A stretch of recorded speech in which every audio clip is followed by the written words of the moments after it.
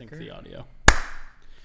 All right. Hello, everybody, and welcome to this week's episode of the Exordia Creative Podcast, brought to you by Exordia Creative, as always. So we're going to kick it off like we always do with a bubbly opening. Thanks, Exordia.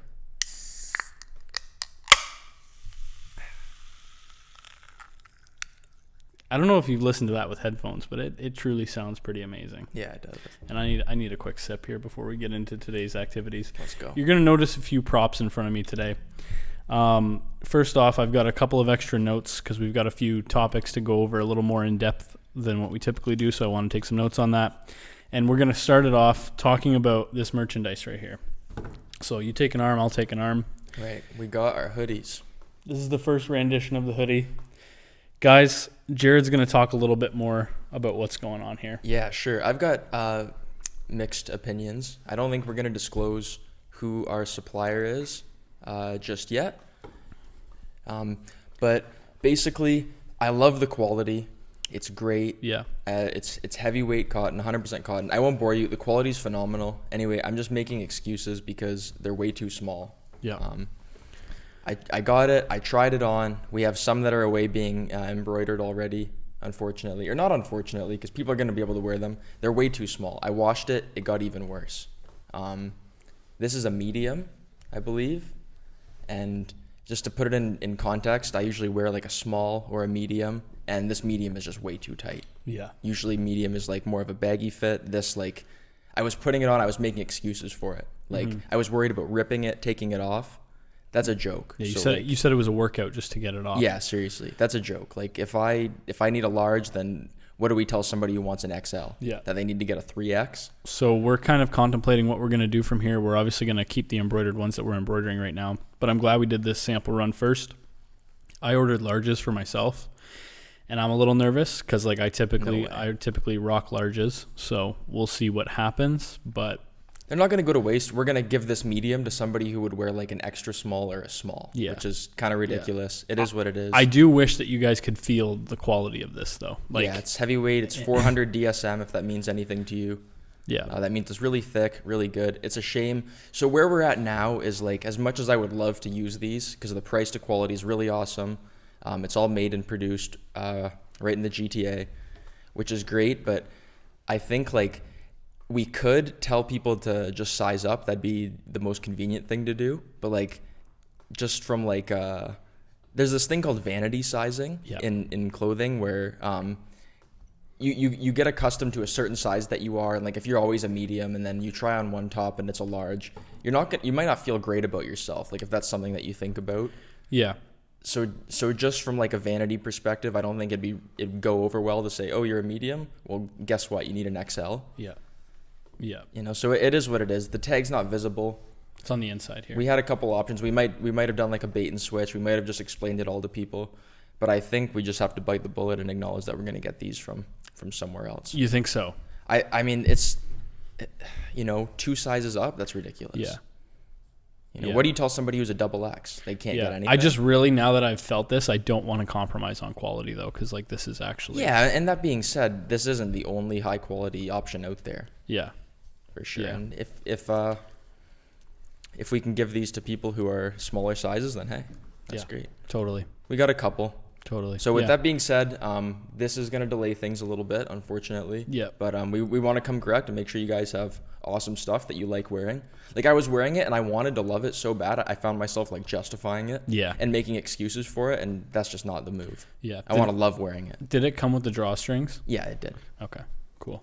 I just prefer to take my own out. The others are going to have that. Yeah, guys, like we're working on it. Don't worry. This is just a little bump in the road. But, if you're a small or an extra small, hit us up and you can have this one. Yeah. Sounds good. Cool. So with that out of the way, guys, we've got a few social media things to talk about. And so why don't we just get into that? I'm sure we've all heard of Instagram Reels by now. Mm-hmm. You've probably seen one in your recommended. You've probably seen one in your Instagram feed. A lot of larger accounts are using it.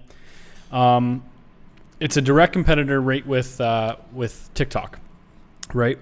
And so on TikTok, you can do 60-second videos. With Instagram Reels, you can do 15-second videos. That's what they've kind of done.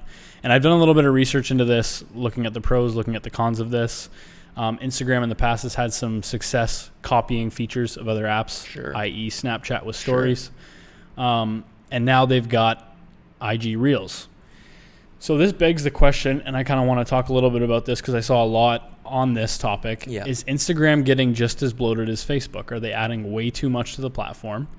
And yeah, I kind of want to dive into that. What do you think about that? Like, is always adding more features a good thing, or? Yeah, I think it's difficult to say. First of all, it's the same thing, and I look at them by and large as the same, Facebook and Instagram. Mm-hmm. It's tough because as human beings, we're creatures of habit, and we get accustomed to certain things and what we're used to. So I think it can be a little bit painful when you add features. There's a fine line. I think there's a balance. Like, I personally think Facebook is pretty convoluted, and the user experience maybe could use some work in terms of like interface design. But that being said, I do really appreciate the functionality because like I enjoy using Marketplace, for example. Yep. And I enjoy looking at some of the groups and forums on Facebook, and I enjoy the Messenger platform. And I enjoy voice calling. So I don't want to be hypocritical because I do like a lot of the features, right? Instagram Reels, I get it. To me, it's kind of like a hybrid between Vine and TikTok, just in terms of the length of the upload that you can do. Yep. Instagram is certainly more simple in terms of functionality, but you're right, it is trending up.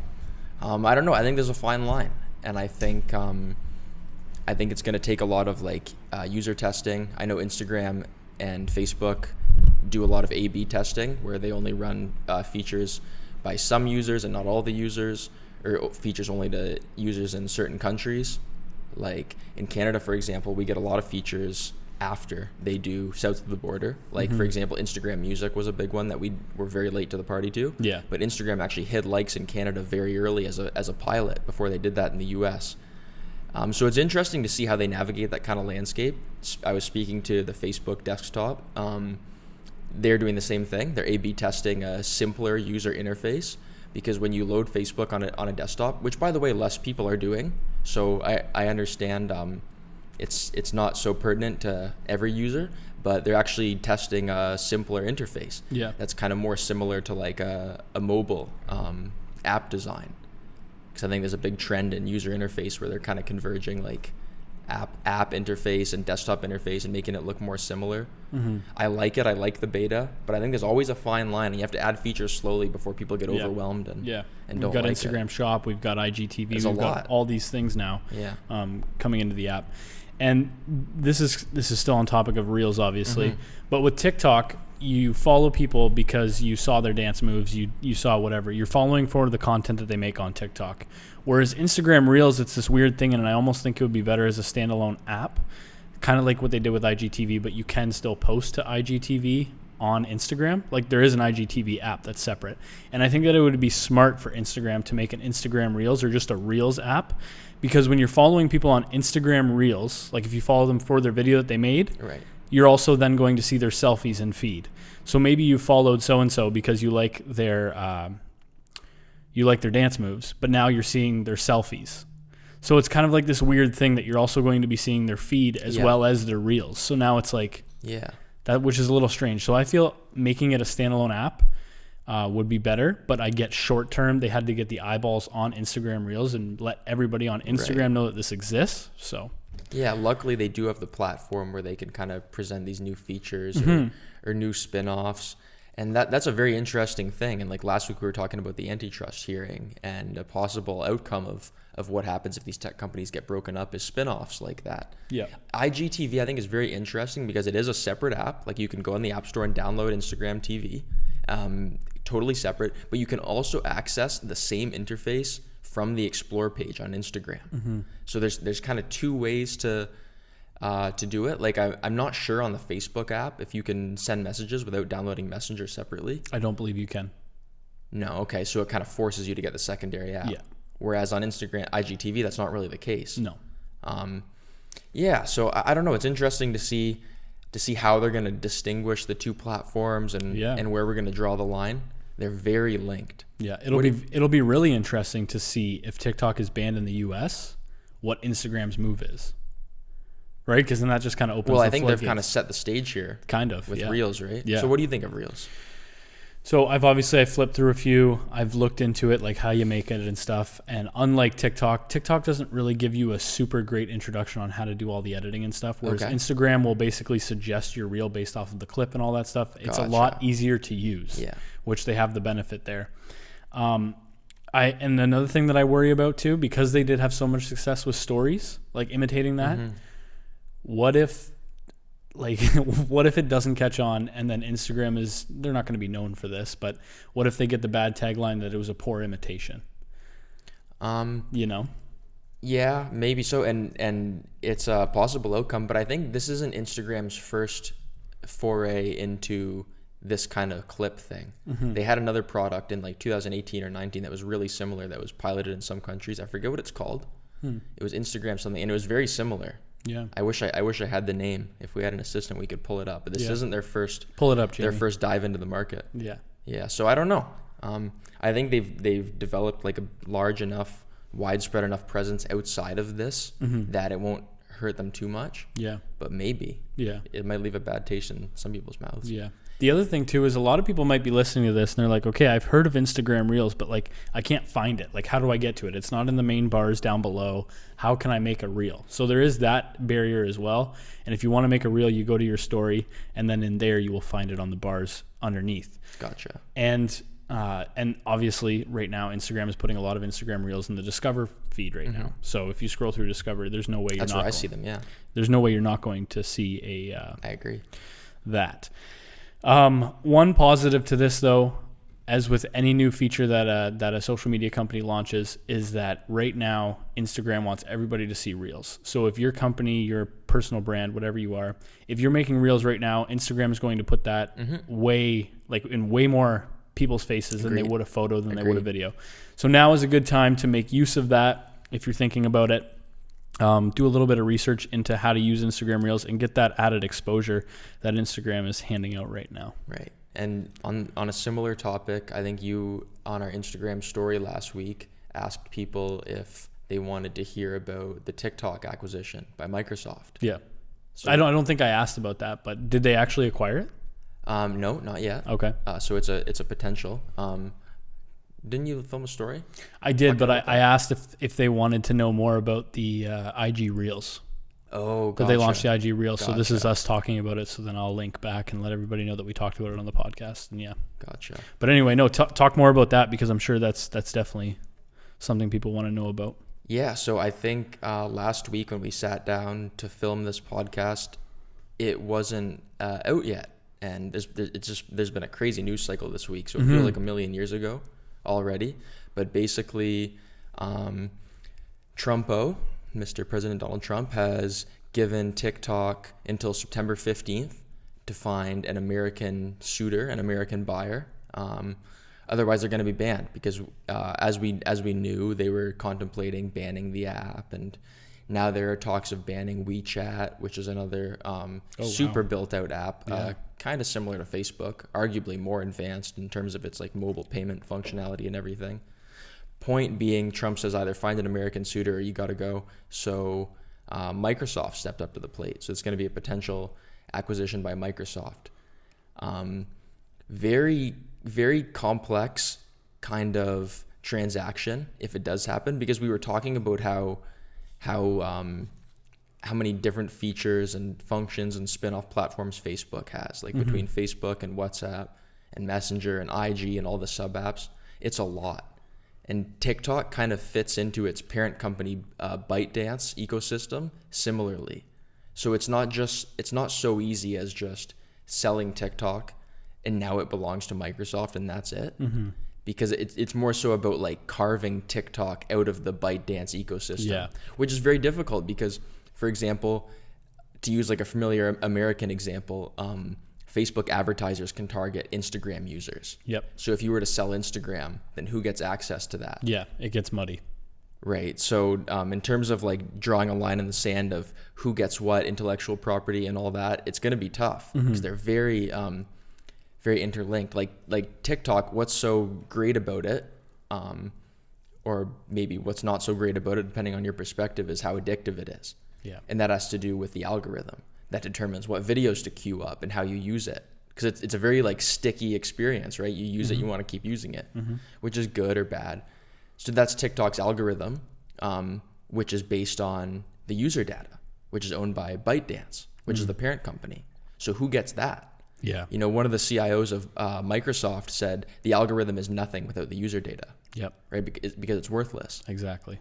So how do you determine who gets what when you're making a transaction like that? Yeah, that's a good point.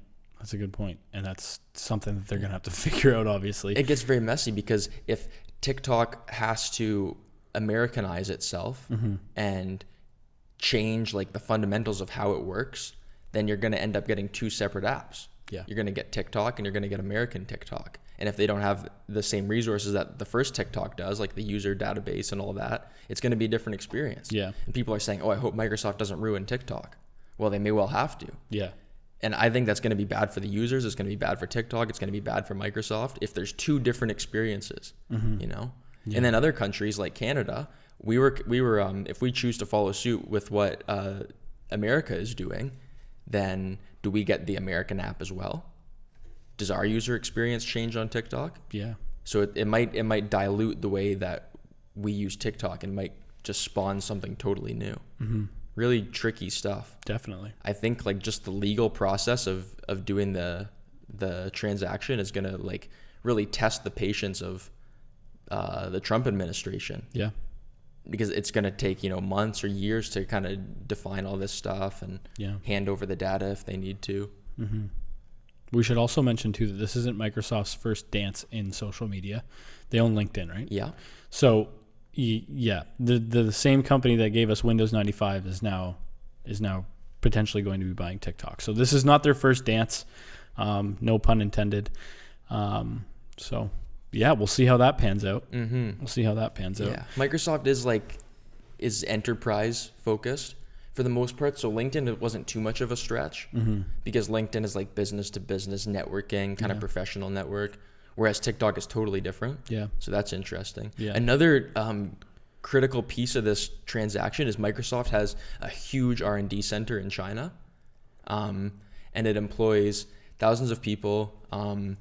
It has, I think there was a white paper written on artificial intelligence that came out of there, which is like the most cited paper on AI in the world. So it's a really important institution. And what's interesting is a lot of Chinese employees of this company, they have great careers, and then they move on to get hired by ByteDance or hired by Tencent or the other big Chinese companies. And the U.S. government is now worried that like we're basically giving them all of our proprietary or all of their information and trade secrets and stuff, and then they're getting recruited. These Microsoft alumni are getting recruited to these big Chinese firms after learning all this stuff from the American company Microsoft. So it's like, do you divest that? Because it's also this huge research center that's producing really great stuff. Yeah. So each entity like has a little what's the word, like embassy in the other country kind of. So if only we could all get along. Yeah. One thing still that Instagram has to figure out with the whole IG Reels thing, and one of the things that makes TikTok's exposure so large is the shareability. Right. So when you're scrolling through TikTok and stuff, you can share it to all the other platforms. Instagram I don't know if they've come out with that yet. I doubt it. But you can share it to all the other platforms on TikTok. So that's another thing too. The exposure of TikTok is wild. Even when you're scrolling through Facebook, you'll see a TikTok video now, and it's pronounced that it's a TikTok video. They got the handle, blah, blah, blah. You can share Instagram URLs.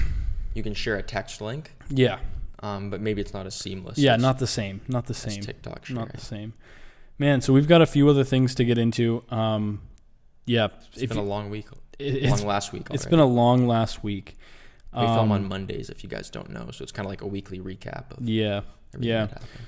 So first of all, prayers to the people of Lebanon and the Lebanese people that live in Canada, and they have to watch this from afar. I'm sure your hearts are breaking, and it's a terrible thing that's going on. You've probably heard about it. Lebanon has had a long history of issues politically, religiously, globally they're battling with people, and it's I think it was last week. We all probably saw the video, the 3,000 tons of ammonium nitrate that blew up in Beirut and sent shockwaves. There were some really terrible videos getting shared around the internet. So anyway, thoughts and prayers go to Lebanon. I don't know what else to say. Among all the other things that are going on in 2020. And that's a great point. I'm not super informed of this situation. First of all, my condolences to everybody who was affected firsthand or from afar. My condolences go out to everybody. What do you know? What was it that blew up? What it was? It was all I know that it was explosives, and that's all I've got. And it was in some kind of building. Yeah, and it's and by the looks of things, from what I saw, it was in a city center. Yeah. And it could be felt from like kilometers away. Right. So was this like a military thing? Was this like some kind of manufacturing company? I'm not sure. No. I'm not sure. Yeah. And I think you hit the nail on the head, like, given everything that's going on. Yeah. Right. So, first of all, we're in the middle of a global pandemic. Yeah. Lebanon is not exempt from that. No. So on top of all this, they're also going through COVID-19. Right. People have had to evacuate their homes. Yeah. I take it because of the shrapnel and the smoke and whatnot is so bad. Mm-hmm. And also, Lebanon's been in like an economic crisis for years now. Mm-hmm. There's a lot of government corruption there. Yep. People are limited of how much money they're allowed to take out. Like I know at one point, I was talking to somebody who recently immigrated, and they said they were only allowed to take $100 a day out of an ATM at one point, and there'd be lines of like dozens of people just to take money out, because the country's currency was like hyperinflated and nobody could buy anything. So there's that on top of the national pandemic, on top of this. So our deepest condolences go to anybody involved. Yeah, absolutely. Near and far. Terrible. And that's what a lot of people were saying. They're blaming the incompetence of leadership, corruption, and all that stuff. There's militias running around downtown. Like, so grateful to live where we live. Yeah. And like just from an urban planning perspective, who put something so highly explosive in like a metropolitan area? Yeah. Like Beirut is, I think, the capital of the whole country. I believe it is. So, yeah, that's terrible. Let's lighten the mood a little bit. Well, actually, no. We're gonna give a disease update. So tonight's Monday night council meeting tonight. There's rumors floating around the municipality that mandatory masks will be coming into effect. Right. There's been a couple different things that people are talking about. Some people are talking about it's going to come in as a bylaw. Some people are saying it's just going to be like, hey, wear your mask. So it's unclear as to which way it's going to go, whether it's going to be enforced, whether they're just going to say, hey, you have to wear a mask when you're indoors. So that'll be interesting, and that gets brought to council tonight. So by tomorrow, we'll know more about this. So maybe next podcast, we can kind of talk about the details. Honestly, how do you personally feel? Okay, so I forget where I heard this analogy, but I think masks should have been mandatory. And we look at different countries such as Japan. Whenever somebody's sick in Japan, they put, like even a cold, they put on a mask, right? And so now to make masks mandatory, and I know other cities have done it in Canada, I feel like it's wearing a condom to the baby shower. I think this should have been done a long time ago, and people are saying let's do it now. And late is better than not at all. But like, what are we doing? Like, let's just make it mandatory. It's. I get that people are all uptight about their freedom. They want to be able to do what they want when they want. I agree. At the same time, let's do what's best for everybody right now. Right. And that's where I stand on it. Yeah. What about you? No, I completely agree. I mean, it's a common courtesy, right? Yeah. This is nothing new. No. In a lot of developed countries all over the world. I think I think it should be made mandatory.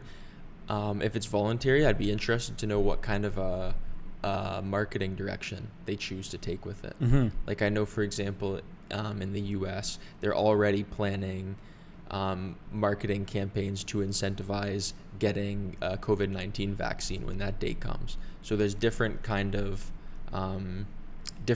modes of persuasion you can use. Like, do you want to shame people into getting it, or do you want to frame it as something that's going to benefit the economy if we can all go back to work and support businesses. Yep. So how do we position the cause in a way that most people are going to be receptive to it? Mm-hmm. Like, I worry if we shame people into doing it, then some are just not going to do it as like an act of rebellion. Mm-hmm. If we frame it as like an economic thing, maybe people just aren't going to care enough. Yep. We can maybe threaten them with, we're going to have to close down again. Yep. I don't know. What do you think would be an effective way to? We can't close down again.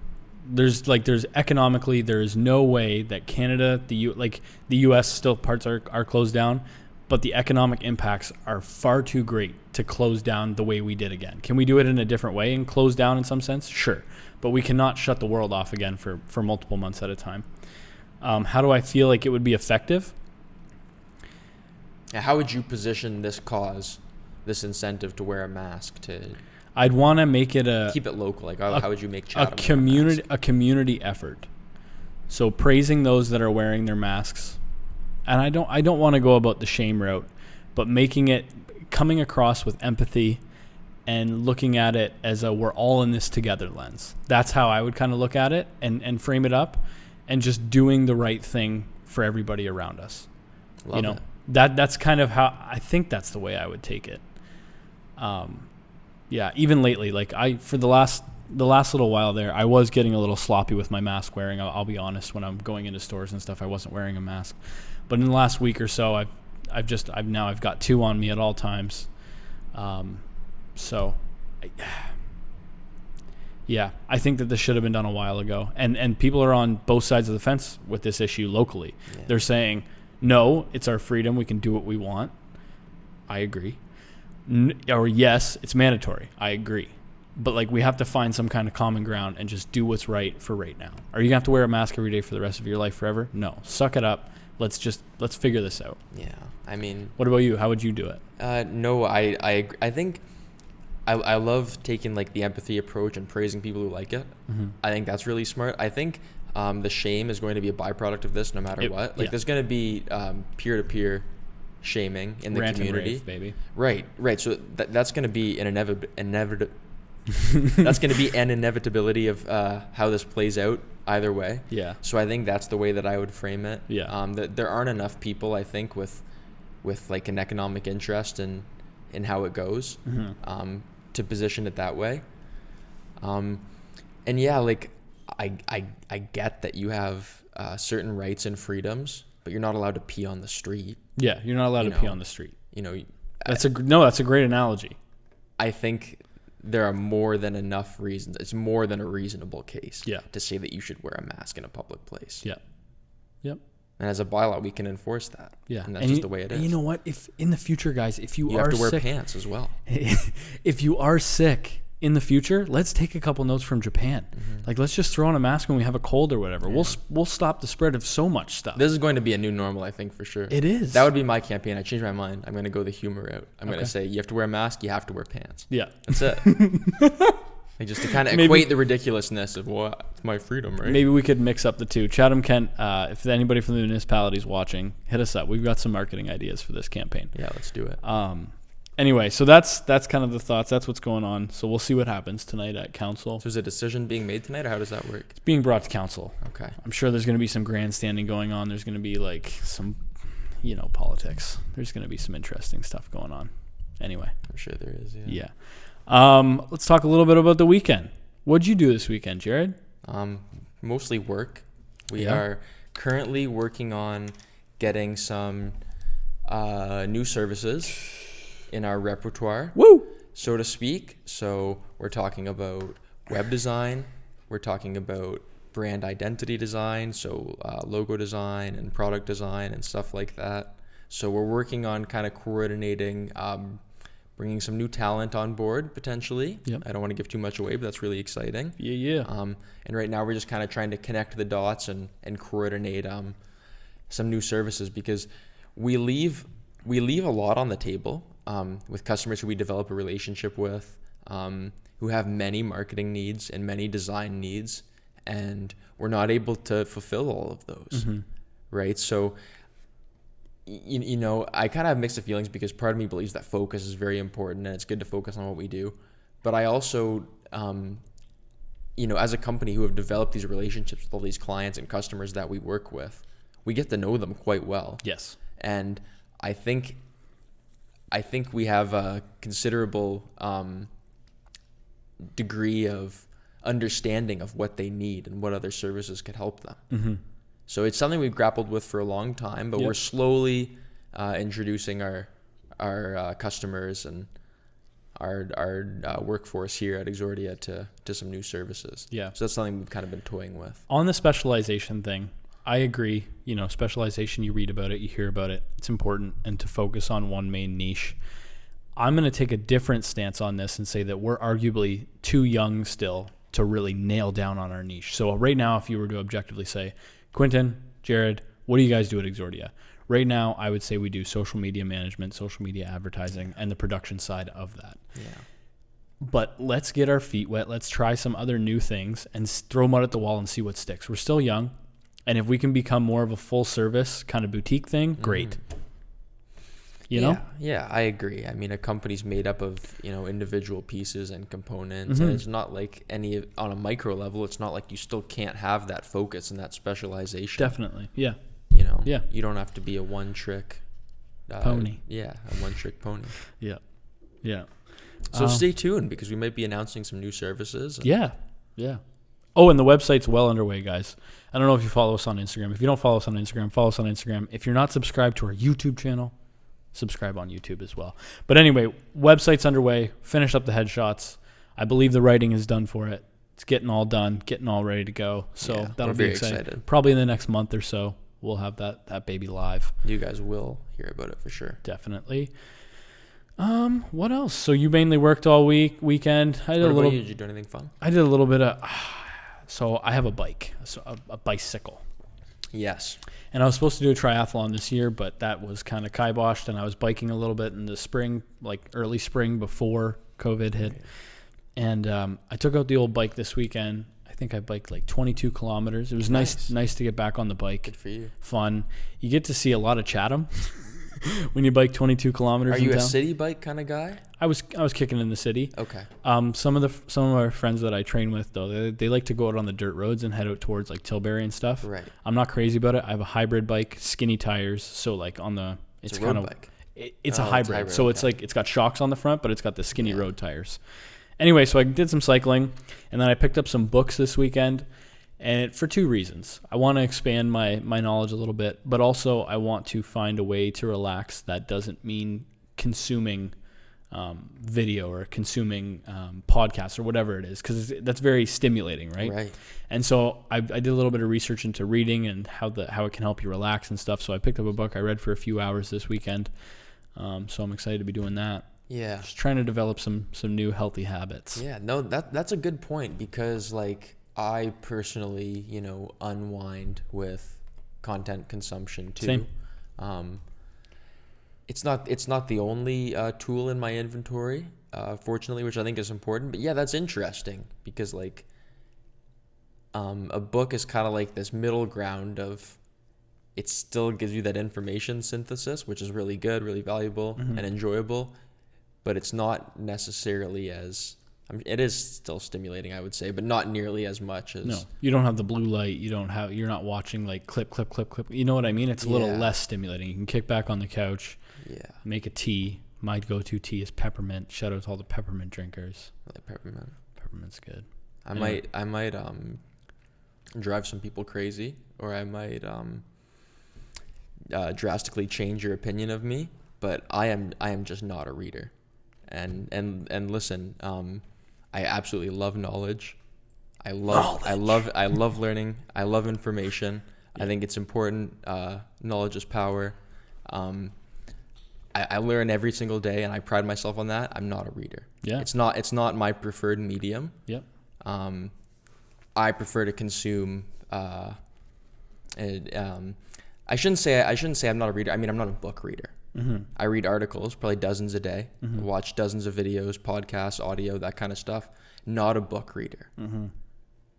You know, I'm not saying that there are no great texts out there. I was out in Ridgetown Okay. this morning, and on the way I was listening to a podcast. So I think it's, for me, I don't love reading either, but I feel like it could help me relax and unwind a little bit with less stimulation than what I'm used to.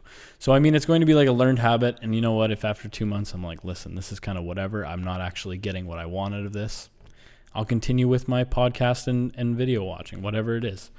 I've still been trying to meditate, and I've been doing a lot of breath work, which is good. So yeah, and I mean, we kind of sound a little hippy dippy right now, but I mean, I think where I stand with literature is like, there are a lot of great literary works from all different points of history. I get that, but we're at a point where there are so many different mediums through which information can be transmitted now, like books being one of them. So if you want to study history, which I think is a super important thing to do, then a book or an audiobook may be your only option. I'm of the belief now that there are probably more efficient ways to gain knowledge than reading. But if it's like an unwinding kind of like mindful practice, I think that could be super valid too. Yeah. So for me, it's walking. Walking is a big one. Walking is great. Yeah. I'll bring headphones, and I'll find that sometimes I don't even put them on because I just like to get lost in my thoughts. And I do that too, actually. Like, I'll have them in, but I don't have anything playing. Yeah, I love that. That's a huge staple of my daily routine. Meditation for sure. I spend a lot more time walking than I do meditating, but both are, I'd say, daily essentials. Yeah, for sure. Awesome. Keeping your mind in like a clear working state is so important, and it's a daily battle. Yep. All right, guys, with that being said, we have more things on this list, but let's save it for the next podcast. Yeah. Thank you so much for listening, and we'll talk to you next week. See you guys.